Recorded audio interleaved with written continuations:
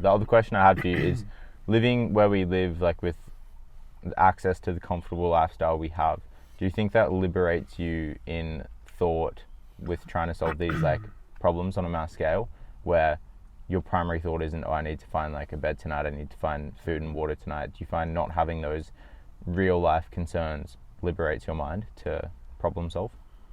No, I'd say I probably would be more liberated if I like needed to survive. You think it's the desperation that would solve? But I don't want to be like that. Like, I guess you need to take advantage of your opportunities. Like, for example, when a Northern Beaches Council will have like grants and stuff like that, or you have like access to things that they wouldn't, like, I don't know, knowledge about, for example, like seaweed or something like that. Like, I guess you wouldn't always, you wouldn't always have that if you didn't have that like passion for the ocean or something like that. Yeah. Yeah. Okay. What do you think on that?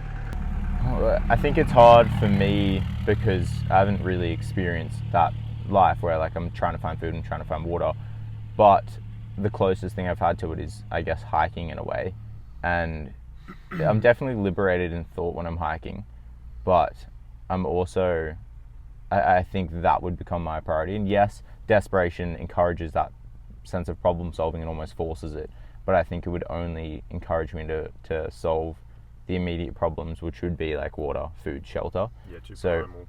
I would say living this life with all this access and freedom liberates me in thought. It is dangerous because there are a lot of distractions and you have to be intentional with your thoughts. Yeah.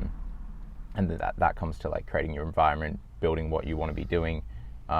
So I think, yes, it can liberate it more, but it can also diminish it more through distraction. It's almost like our job as people living in the top like 0.3% is like, we need to like defy all the leisure that's put in our face and all the just like, not freedom or like too much freedom, just the amount of distraction probably that we have. We have so much distraction, so many things that can take us away from like just seeing the resource we have in front of us. And even doing this now, like this pod, it's something that's tangible, so it feels like we're doing something with the resource we have, like the fact that we're able to buy a car, the fact that we're able to have 3 phones, all that stuff, and like making something out of that. But it's really, really simple. It's like we have so much access to resource. We kind of, I don't know if we're obliged to use it, but I in my head, I would say I'm obliged. Like, as in the fact that we have this, we should definitely be trying to just better. My dad always says that, like, YouTube, when he was a kid, obviously didn't exist. Like, we have no excuses to not be constantly getting better at things or learning things. Yeah, but I think as humans, all we're trying to do is innovate. So I guess just like starting on an individual level, like what can you do with your resource to do better? And yeah, just taking it for what it is. Like, I have X amount of money, I have this education. It's like, you don't deserve that. Like, you haven't been given that. That's not minimum. Like, you are so well off. Yeah. We were talking to a guy named Seb, South African guy, on the pod we recorded before this. Yeah. And we're talking about the education system in South Africa. And it's just crazy to think that like we have like the best education system in the world if you look in terms of like primary, secondary, tertiary education, like across the board. And it's so easy to just say we have the best education system in the world, but to think about that, like what that actually means, that's what I'm almost talking about, is understand like what that means in terms of opportunity and resource.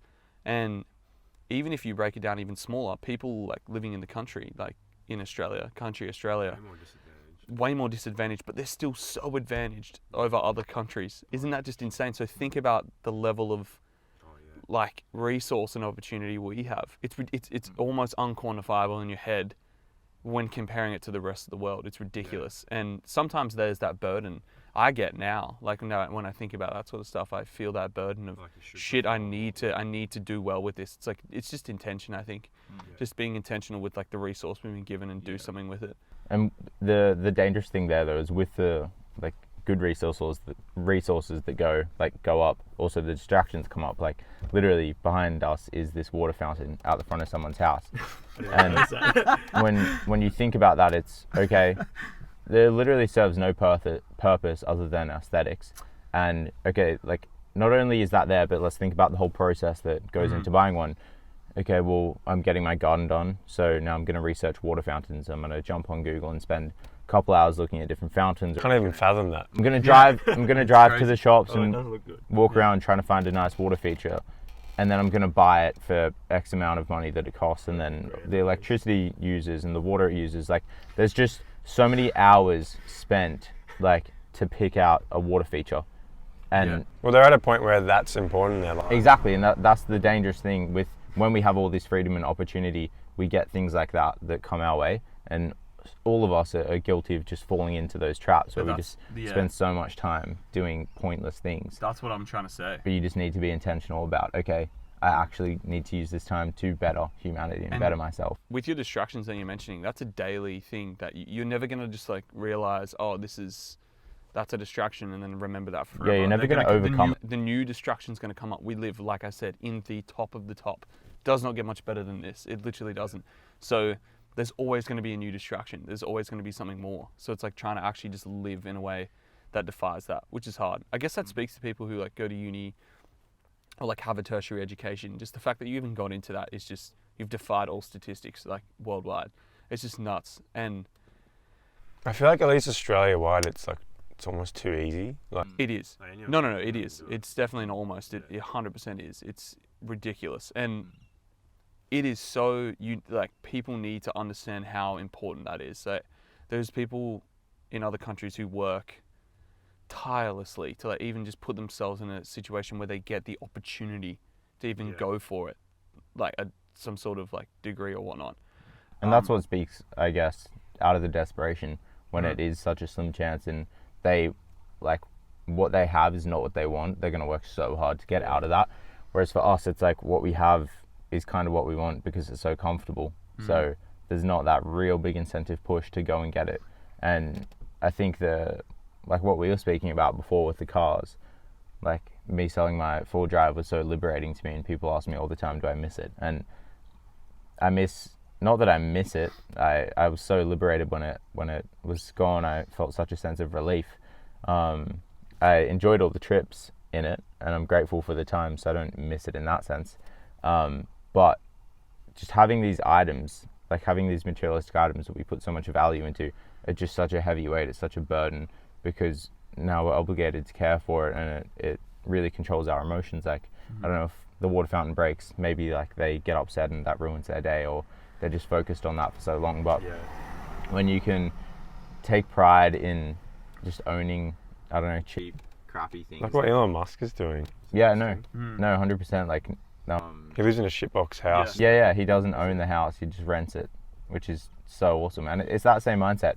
The more you can like liberate your mind from items, the more time you have. Elon Musk is like the perfect example of that, because he could just be so comfortable. He could just like kick his feet up and live in a resort anywhere he wants around the world. But no, like he's depriving himself of all of these luxuries so that he can like clearly focus on trying to better the world, which is like, it's beautiful. It's beautiful that he has that, and I think there's something we can all take from that.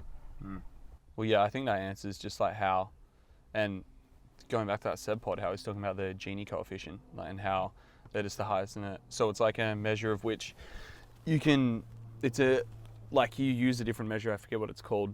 It's like where there's like quintiles, so like 20%, like the bottom 20% in terms of like wealth, and then it goes up by like the 20%, and like, so the bottom 20% of wealth, how much of wealth do they own? And the top 20%, how much they earn. So the Gini coefficient measures the distribution of wealth between the bottom 20 and the top 20.